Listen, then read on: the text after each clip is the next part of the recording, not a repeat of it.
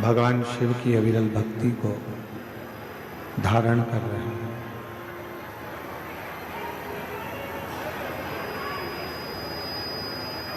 ना जाने कितने कितने जीवन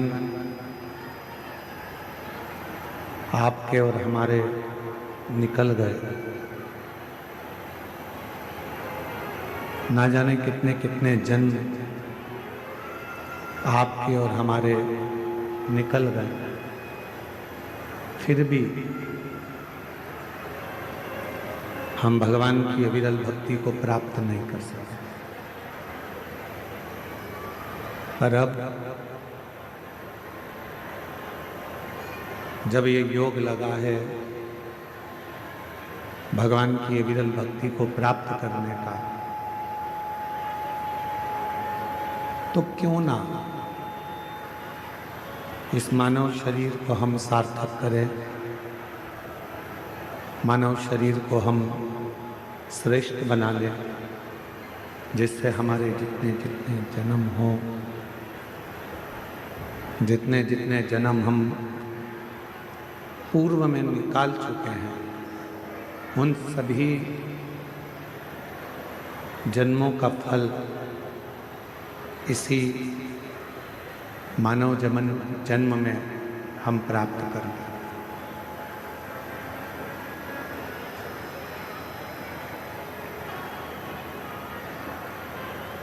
मर जाना, फिर जन्म ले लेना, फिर मर जाना, फिर जन्म ले लेना, उसमें श्रेष्ठता नहीं है। आवाज नहीं आ रही है उधर पंडाल में।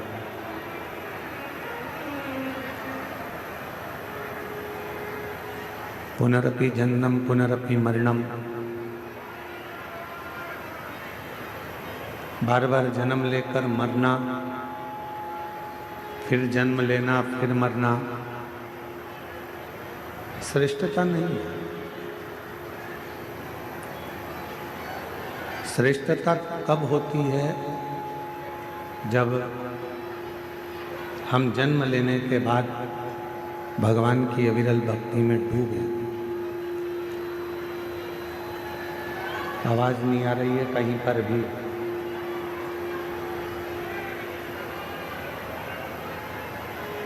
जब भगवान की अविरल भक्ति में हम डूबे और भगवान का भजन कर कर, भगवान का स्मरण कर कर, भगवत नाम धारण कर कर, भगवान की अविरल भक्ति को धारण कर कर, फिर हमारा कोई अगला जन्म ही ना हो।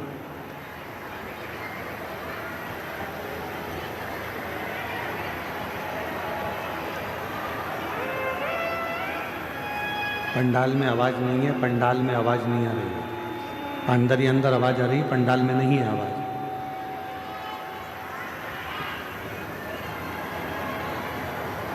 जन्म लेना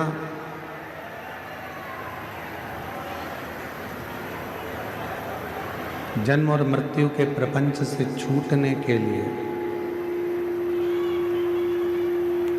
जन्म और मृत्यु के प्रपंच से परे होने के लिए ये मानव का देह मिला, ये मानव का शरीर मिला। और मैंने तेरे ही भरोसे बाबा, तेरे ही भरोसे हवा उड़ती जागी बाबा,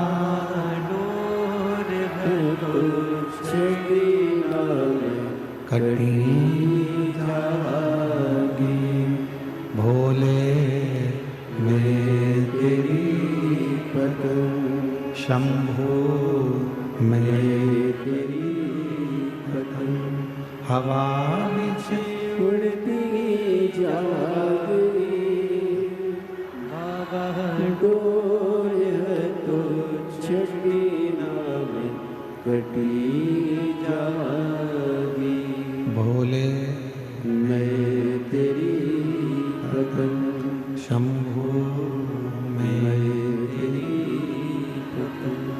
शिव कथा कर रही है। भगवान शंकर का पवित्र चरित्र कह रहा है, शिव महापुराण की कथा कर रहा है। एक माली रोज पेड़ में पानी देता है, वृक्ष में पानी देता है।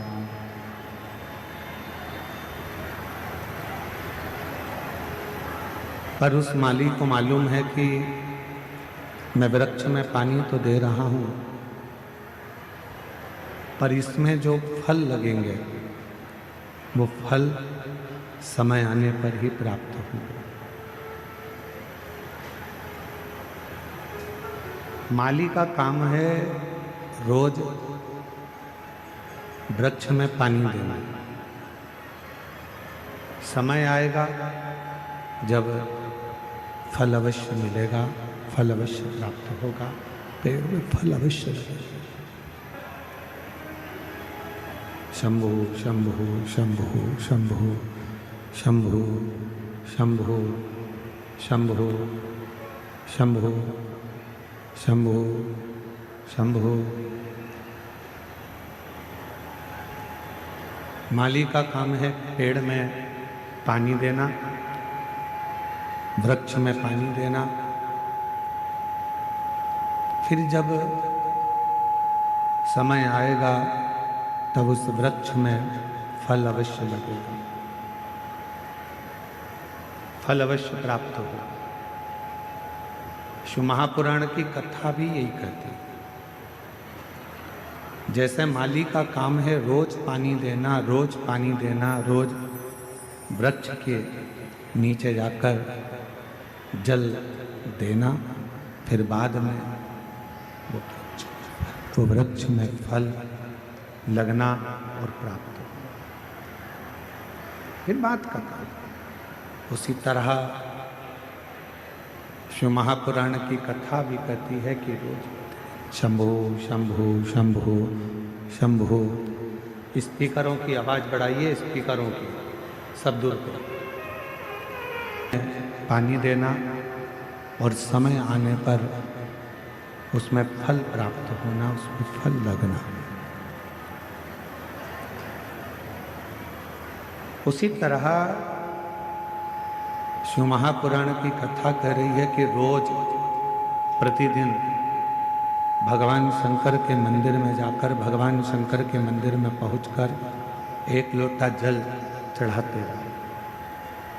जैसे माली रोज जल चढ़ाता है पेड़ में और एक ना एक दिन फल जरूर आता है, उसी तरह जब हम रोज प्रतिदिन भगवान देव अधिदेव महादेव को जल चढ़ाते रहेंगे, प्रतिदिन हम शिव नाम लेते रहेंगे, तो ये निश्चित है एक ना एक दिन हमारी जिंदगी में भी कोई अच्छा फल अवश्य प्राप्त होगा। हमारी जिंदगी में हम समता का भाव रखेंगे, तब हमारे जीवन में देव अधिदेव महादेव कृपा करना प्रारंभ कर देंगे और हमारी जिंदगी को श्रेष्ठ। हम समता का भाव ही नहीं रखते। कभी विचार करिए कि मां सती के हृदय में, मां सती आखिर उनके मन में शंकर भगवान के प्रति कितना आदर होगा, शिव जी के प्रति कितना प्रेम होगा, शंकर भगवान के प्रति कितना सम्मान होगा, शिव जी के प्रति कितना आदर होगा, शंकर भगवान के प्रति कितना सत्कार होगा, कि आखिरी में सती मैया का हृदय भूमि पर गिर भी गया तो भी सती माता उस हृदय में शंकर को बसा कर रखी है। इसलिए आज भी बैद्यनाथ जी की पवित्र धरा पर मां शक्तिपीठ जिसमें हृदय गिरा है, उस हृदय में शंकर का शिवलिंग आज भी विराजमान, आज भी विराजमान। क्या कह रही है कथा? कथा कहती है जब हम जिंदगी में कोई संकल्प धारण करते हैं, जब हमारी जिंदगी में हम कोई विचार धारण कर लेते हैं, जैसे आपने 16 सोमवार का व्रत ले लिया, आपने पशुपतिनाथ का व्रत ले लिया, मान लो आपने 16 सोमवार का व्रत लिया, आपने पशुपतिनाथ का व्रत ले लिया, आपने कोई व्रत धारण कर लिया। और जब आपने 16 सोमवार का व्रत ले लिया, पशुपति व्रत ले लिया, या आपने कोई शुक्रवार का व्रत ले लिया, सोमवार का व्रत ले लिया, प्रदोष का व्रत ले लिया, तीज का व्रत ले लिया, कोई संकल्प आपने लिया, मान लो कोई आपने विचार कर लिया कि मुझे 16 सोमवार का व्रत करना है, मुझे पशुपतिनाथ का व्रत करना है, मुझे मंगलवार का व्रत करना है या सोमवार का व्रत करना है। कितने व्रत करना है? पशुपतिनाथ के कितने व्रत होते हैं? 5। अब मान लो तुमने पशुपतिनाथ का व्रत का संकल्प लिया कि मैं 5 व्रत करूंगी, रजस्वला हो गए, नहीं कर पाए, कहीं जाना पड़ गया, नहीं कर पाए। तुम्हारे व्रत का टेंशन किसको है? तुमको, कि मेरा व्रत नहीं हुआ। पहला व्रत यदि आपने कर लिया, उसके बाद के अगर 4 व्रत तुम्हारे रह गए हैं, उसकी चिंता तुम्हें नहीं रहती। जिसका तुमने संकल्प लिया है उस महादेव को तुम्हारी चिंता रहती है कि यह कब पूरे होंगे।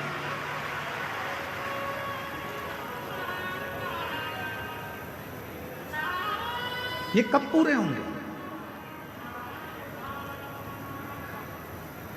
कैसे पूरे होंगे, कब पूरे होंगे, ये उनको चिंता।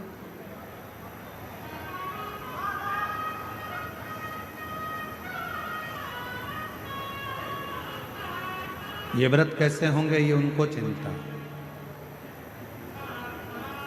आपको लगता है कि मेरा सोमवार का व्रत ये वाला छूट गया है, रजोधर्म से हो गई, या कहीं मुझे जाना पड़ गया, ये व्रत रह गया है, कैसे पूरा होगा, उसकी चिंता तुम मत करो। तुम तो देव अधिदेव महादेव पर छोड़ दो। बाबा ने पहला व्रत करवाकर या दूसरा व्रत करवाकर बीच में अगर 1-2 सोमवार निकल गए, कोई कारण से बाबा ने उस व्रत को बीच में रोक दिया है, उसका कोई कारण है। बाबा चाहते हैं तेरे 5 व्रत जैसे ही पूरे हो जाएं, वैसे ही 3 महीने में तेरा काम हो जाए, इसलिए बाबा उसको थोड़ा बीच में गैप करे। इसलिए बाबा ने उसको बीच में थोड़ा थोड़ा रोक रोक कर उन 5 व्रत को करवाया, तब 5 व्रत।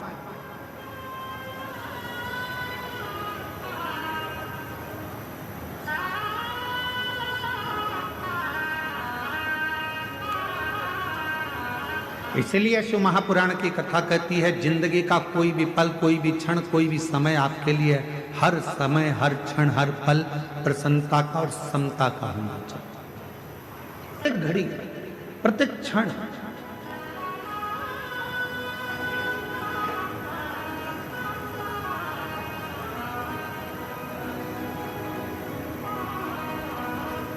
आप जब चाहो जब भगवान को भजो, आप जब चाहो जब शिव का स्मरण करो। इस हृदय में शिव समाहित है।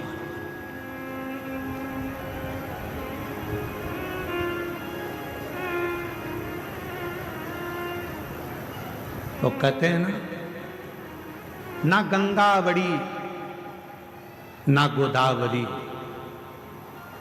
ना गंगा बड़ी ना गोदावरी, न तीर्थ बड़े प्रयाग, सकल तीर्थ का पुण्य वही, जिस दिल में शिव का वास। जिस दिल के अंदर शंकर का वास है, वो किसी तीर्थ से कम नहीं। जिस दिल में शिव समाया है, वो किसी गंगा के घाट से बड़ा नहीं।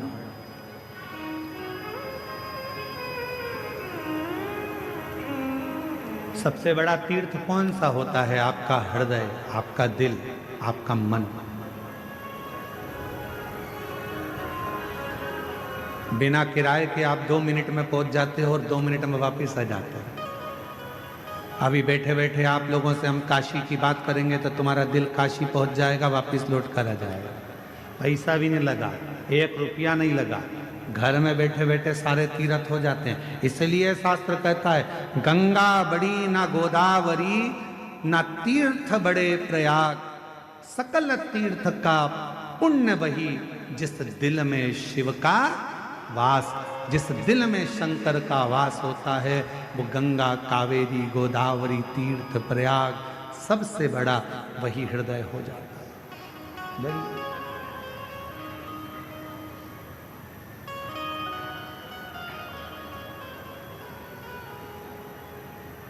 सकल तीर्थ बस अपने मन में तुम समता का भाव, पार्वती जी के हृदय में, सती माता के हृदय में समता का भाव था। कितना सुंदर संवाद मां सती ने कहा।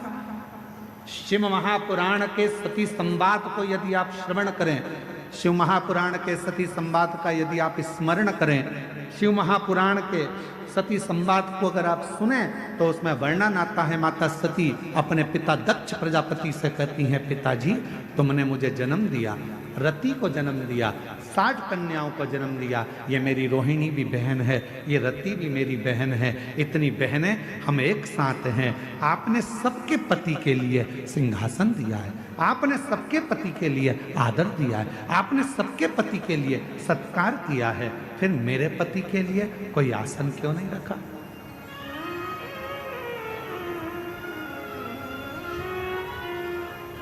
फिर मेरे पति के लिए आपने कोई आदर का स्थान क्यों नहीं रखा?